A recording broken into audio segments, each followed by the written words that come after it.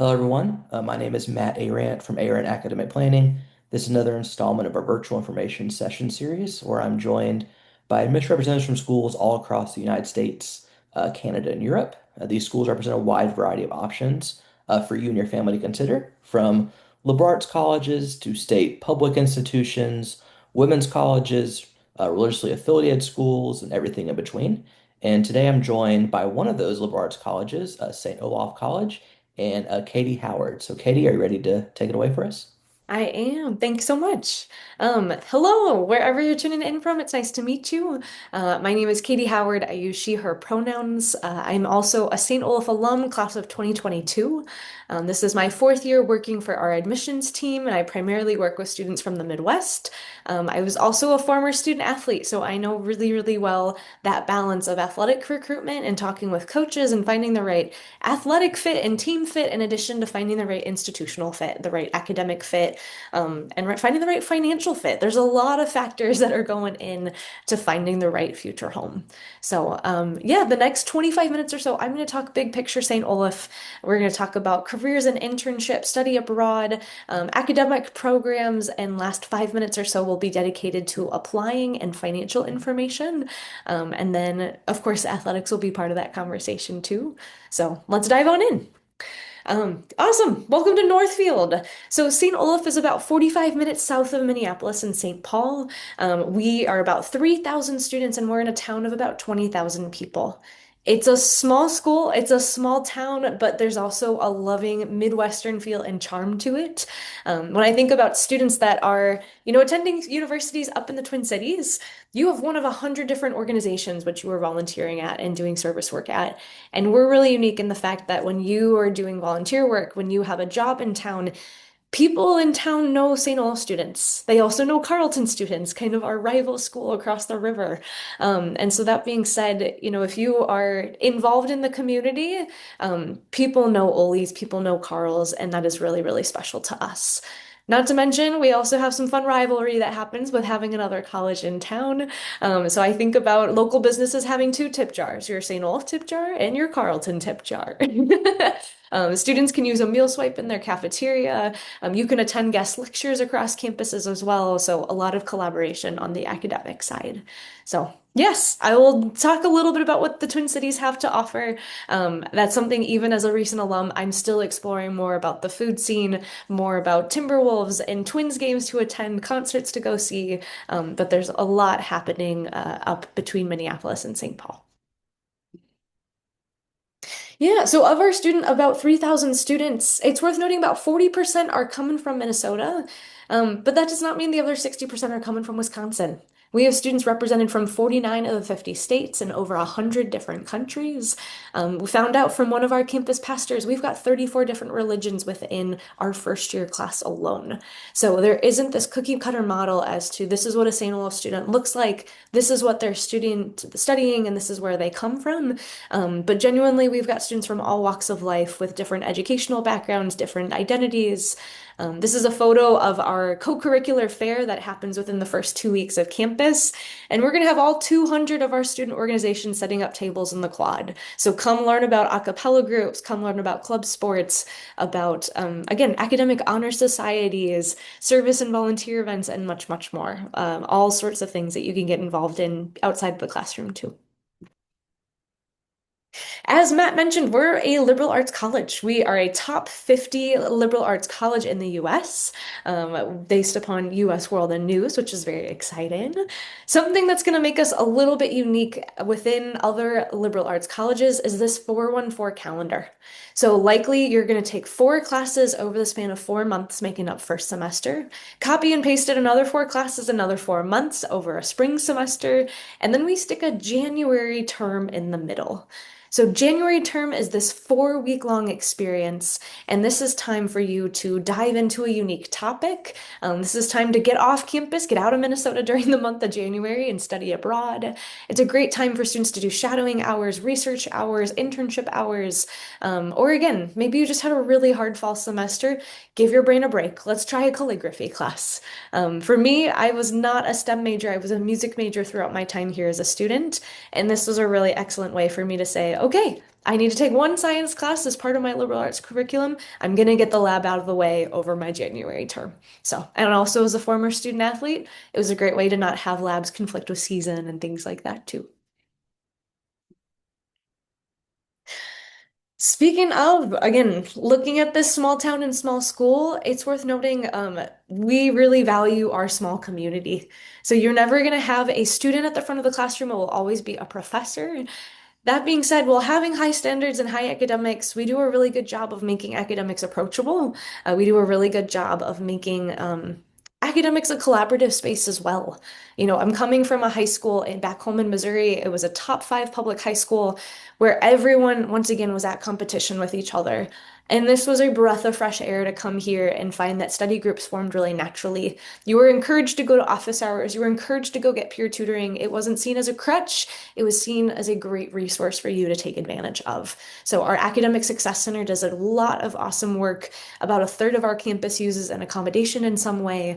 And in addition to helping you find a major that interests you, we're going to support you in that discovery as well as in the coursework along the way. Sweet. Studying abroad. Once again, why St. Olaf? Why liberal arts? This is something that's going to make us distinct every single time. Not only based upon the number of students who go abroad each year, as you can see here, about 70% of our class of 2025 went abroad at least once, but also the affordability of study abroad, as well as the variety of our programming. So about, oh, maybe 2 months ago, so this was spring of 2026, we received a $20 million gift to the college that allows all students to study abroad at a cost-neutral price for a semester or year-long program. So this could be if you're a fall sport athlete, studying abroad in the spring will cost the same as being on campus that spring. This is a huge, huge benefit. I know that cost can be a huge barrier for students, not to mention scheduling can be a huge reason. Hey, I'm pre-med, I don't have time to leave campus. We have a ton of health science students who take time off, and we have advisors that are going to make sure your credits are going to transfer back from our partnering institution. Not to mention, we also have a ton of faculty-led programs. So you're traveling with other St. Olaf professors and with other St. Olaf students. So that fear of going abroad, of never being in a plane before, and never going to another country, we're going to make that as accessible as possible for you. So this is one reason that we stand out time and time again. Sweet. Um, you're gonna live on campus for all 4 years. We're a residential college. I'll be honest, it kind of has its pros and cons. I'm an alum, I can say that. I think one of the biggest pros is mealtime and community is so much stronger because of that. After a 6 a.m. softball lift, we'd have a team breakfast together at 7 a.m. After a Thursday afternoon rehearsal, we'd have a saxophone sectional dinner together. For my peers who did get to go abroad, you know, these are people studying different subjects in different class years, and coming together for a weekly dinner served as a weekly reunion for them as well. So I will say Minnesota winters are not too bad. I made the transition myself from St. Louis, Missouri, got my first winter coat before my freshman year started. But being a residential space means that everything's a 5 minute walk away. So going from your dormitory, going to the library, to class, to a home hockey game, a home orchestra concert, everything is very, very manageable. Not to mention the snow is really beautiful in the winter too. Sweet.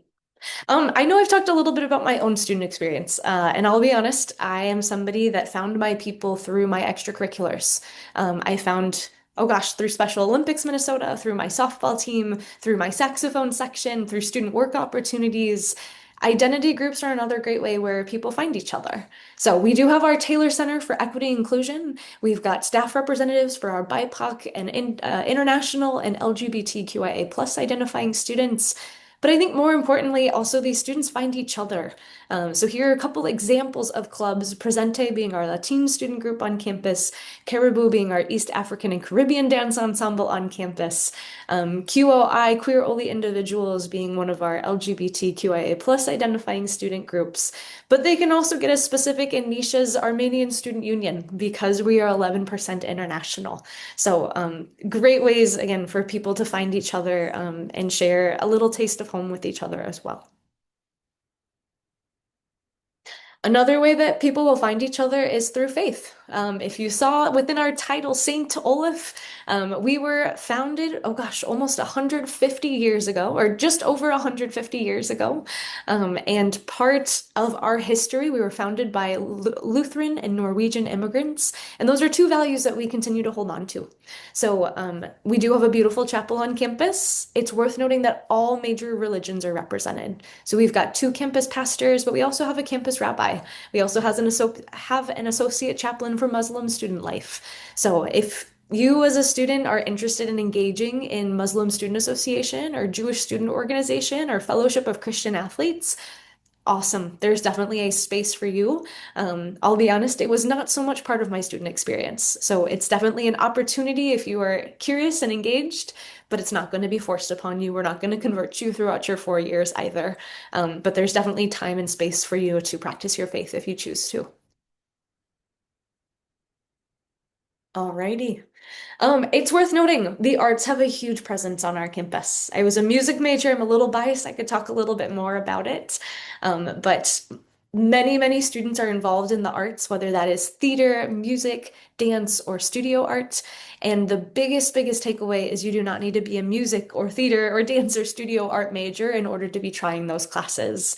My good friend Duncan was a track runner and he tried a ballroom dance class. My good friend David was a biology major on the pre-med route, and he wanted to try a ceramics class. So, me personally, I took a lot more music classes than my peers, but definitely opportunities if you want to try being in an ensemble, if you want to be in either a department-led or maybe a student organized or a theater program as well. So, kind of finding your commitment level and finding your interest level.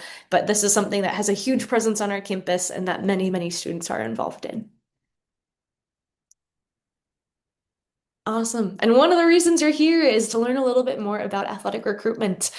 We are Division III. We compete as part of the MIAC, the Minnesota Intercollegiate Athletic Conference.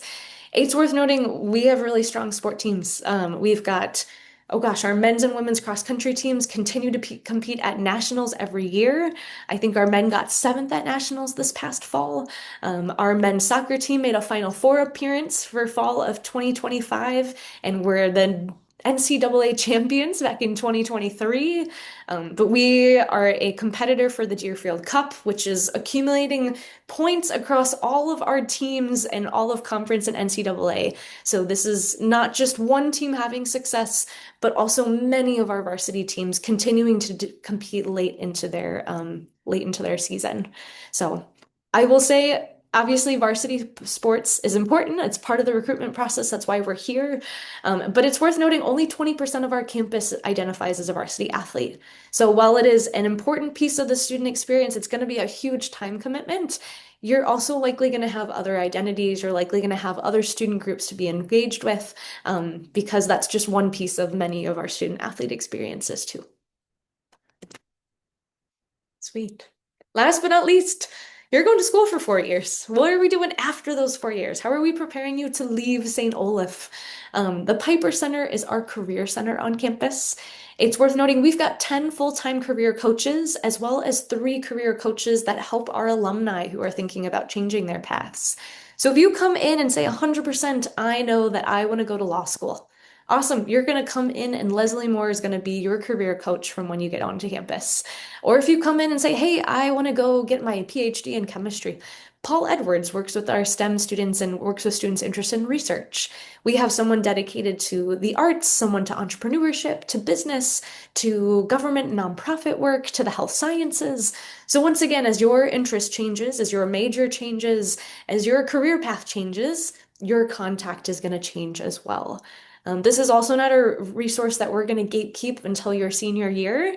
This is your contact from your first month on campus. So as you are, once again, registering for classes, saying, hey, I'm thinking about interning with so-and-so organization, we're going to make sure you've got the skill sets through our Oli Career Launcher program to make you the best candidate possible. We've got other certification tracks and things like that. I think the last thing I'll note here. Oh, we give away a lot of free money every year.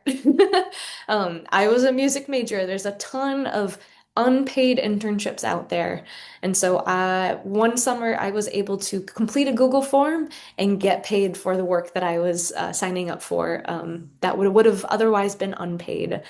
Spent 2 summers with Boston Symphony Orchestra interning in Western Massachusetts. And once again, was able to get support to make sure I was at least breaking even for the summer and that this was going to be a worthwhile experience. And budget was not going to be a reason to say no to it. So, a lot of awesome, awesome funding to make sure you are getting the experience needed to be a great candidate for internships and experiences post grad too. Okay, diving in, we're thinking about applying. We've got two different types of applications, early decision and non-binding applications like early action and regular decision. So early decision is if you have a clear top choice school. You say, hey, I am all in St. Olaf. You are my top choice school. And if I'm admitted to my top choice school, I'm then going to withdraw applications from elsewhere. Early decision tends to be that binding application type. There's no preference between November 1 and January 15th. The only difference is whenever you're ready to hit submit on your application. Maybe we don't have a top choice school, and that's okay.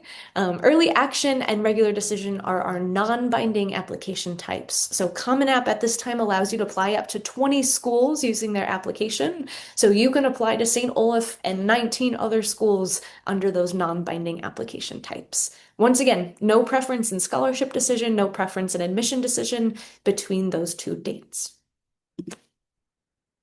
This is the second year that we've offered a little early decision incentive, and that is going to be a minimum guarantee of $30,000 as well as a slight housing priority as a first year student. And I might come back to that 30K. Give me one quick second.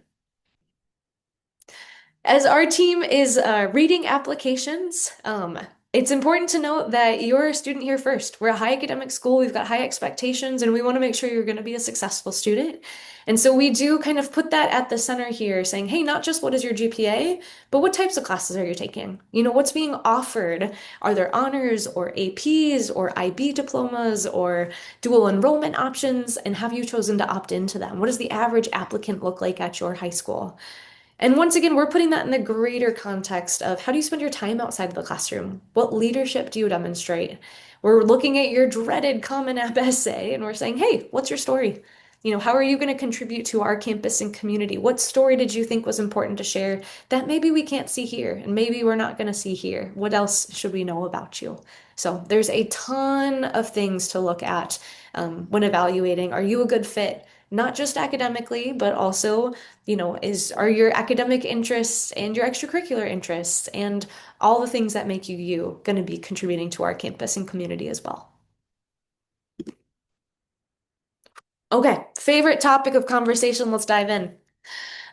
Friends, I know the price of a private school can be intimidating. I will be honest, I'm the daughter of a public middle school teacher back home in St. Louis, and $81,000 was not going to be in the books for me.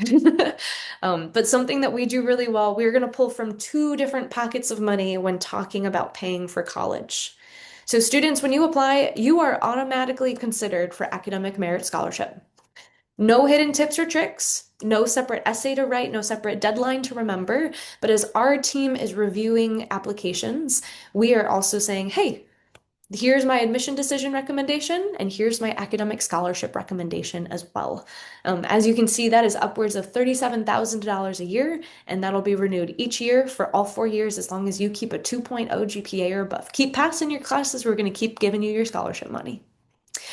The only supplemental scholarship you are able to apply for comes here is going to be a fine arts scholarship. And once again, that is contingent upon continuing that art form in college.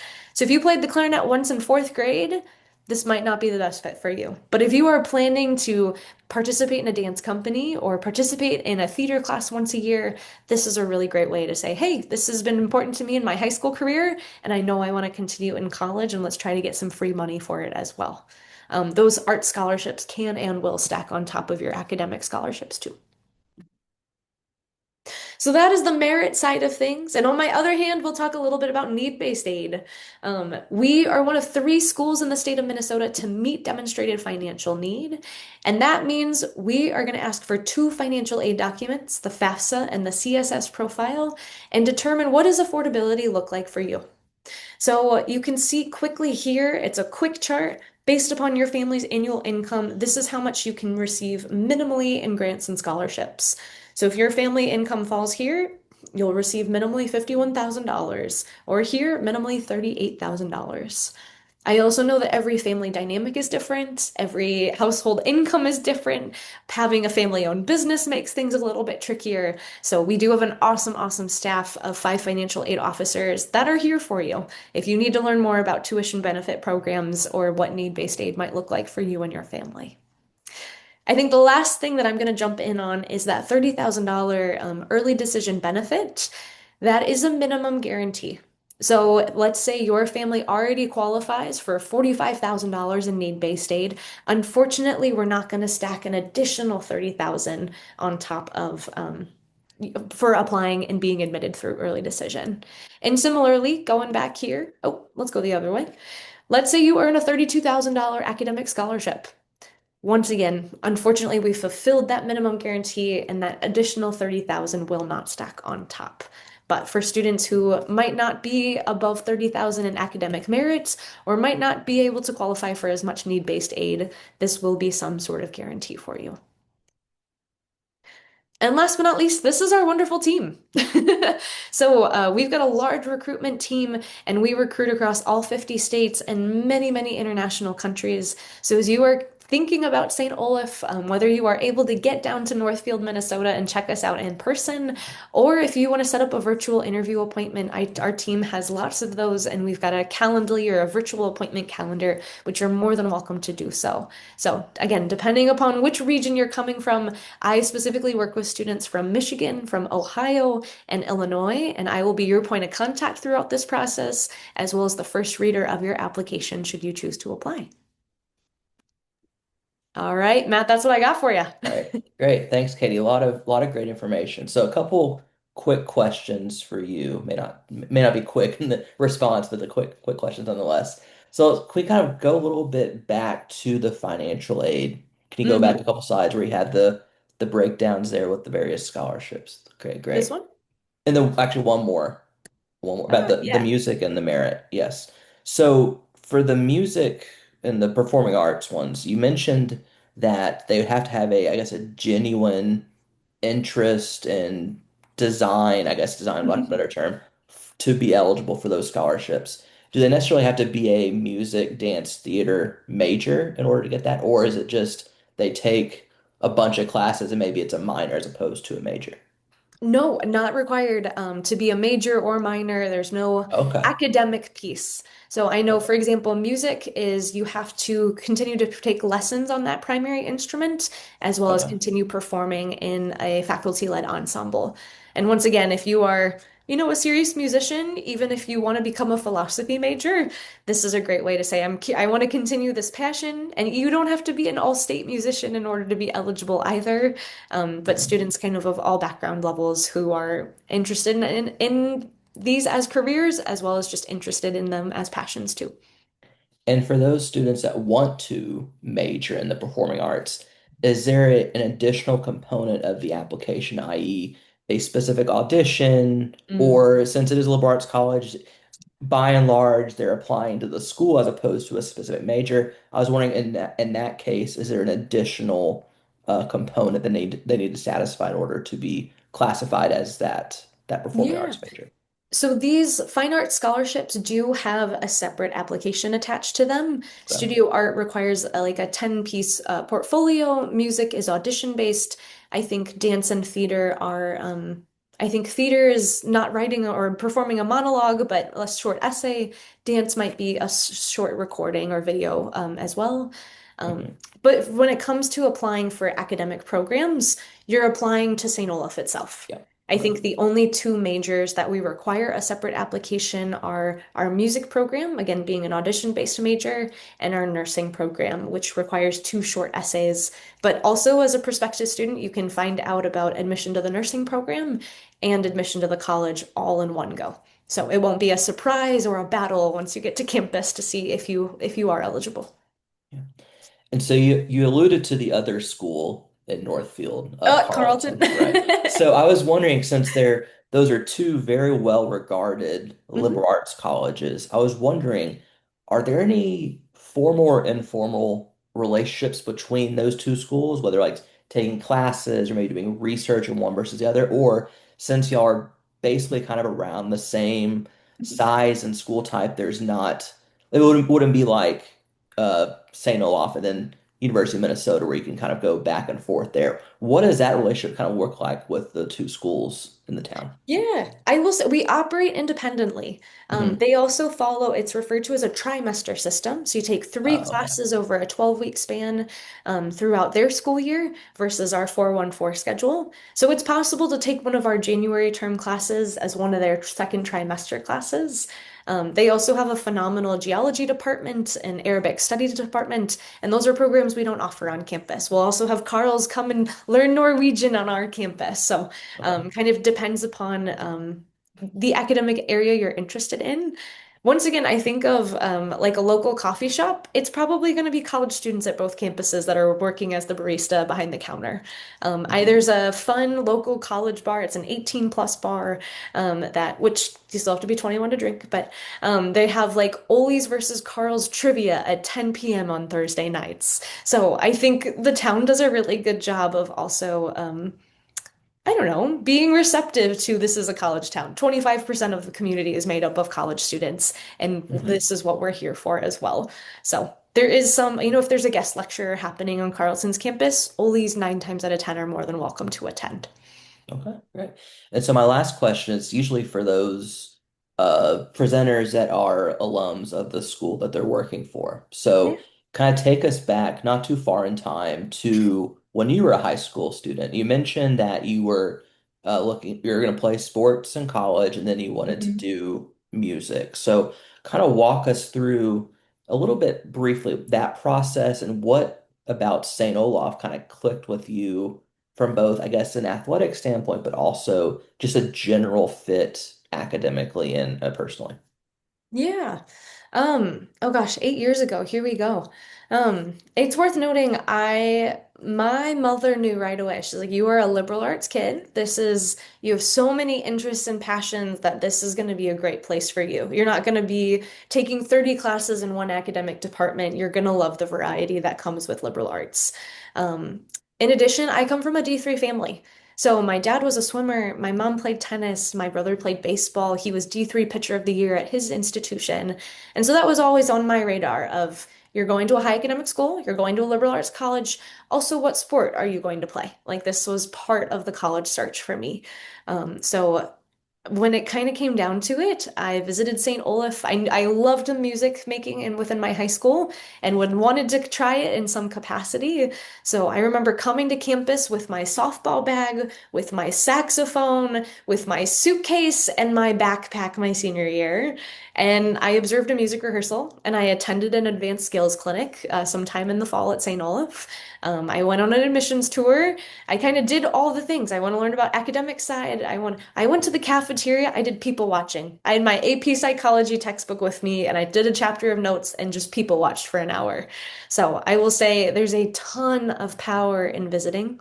In addition to being in those spaces, asking those questions of the people that are most important to you. So for me, for a music director, a softball coach, an admissions officer, and really getting an honest answer.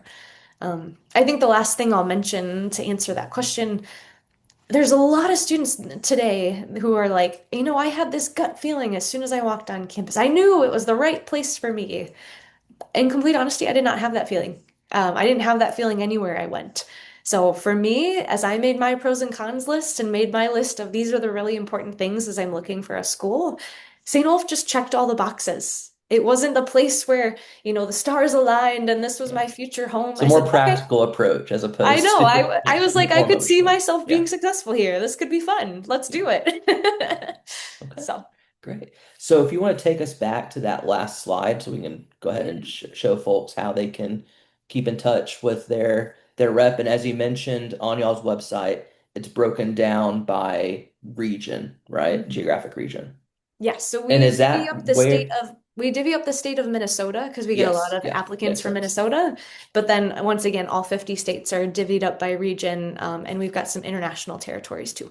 And is that based upon where the family student lives or where they attend school? Where they attend high school. Okay, gotcha. Because you always have those boarding school kids For sure. that are in New Hampshire, but they're from California. So I just want to make sure that hmm was how it was. So the one person I will mention, Jenny works with all of our students from outside of the United States. So if you are okay, taking a gap year program abroad or if you have a visa, she works with all of our international students, which might be a good contact to have. okay, perfect. Well, on behalf of Katie and myself, thank you for joining us this evening. Thank you so much.